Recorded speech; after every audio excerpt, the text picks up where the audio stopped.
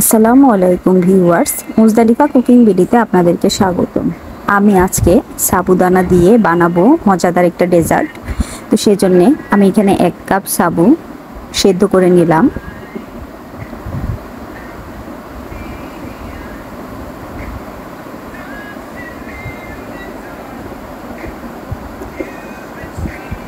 সাবুটা আমি সেদ্ধ করে ঠান্ডা পানি দিয়ে ধুয়ে তারপর রেখে দিলাম। এবার আমি দুধটা রেডি করে নিব।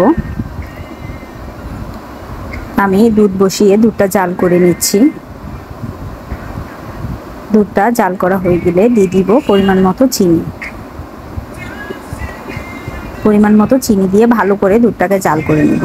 লিকুইড দুধের সাথে পাউডার দুধটা দিলে খেতে অনেকটা ভালো লাগবে, আপনারা চাইলে দিতে পারেন।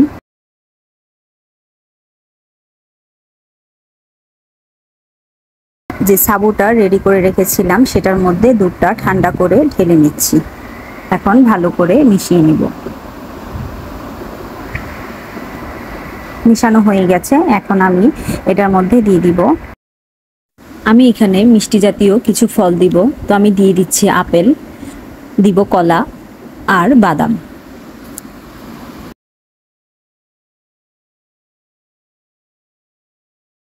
আপনারা চাইলে মিষ্টি জাতীয় আরো কিছু ফল অ্যাড করতে পারেন। এখন আমি সবগুলো মিশিয়ে পরিবেশন করে নিচ্ছি। আমার এই রেসিপিটি যদি আপনাদের ভালো লাগে, আমার চ্যানেলটি সাবস্ক্রাইব করে আমার পাশেই থাকবেন। এভাবে ট্রাই করে দেখবেন, আশা করি খুবই ভালো লাগবে।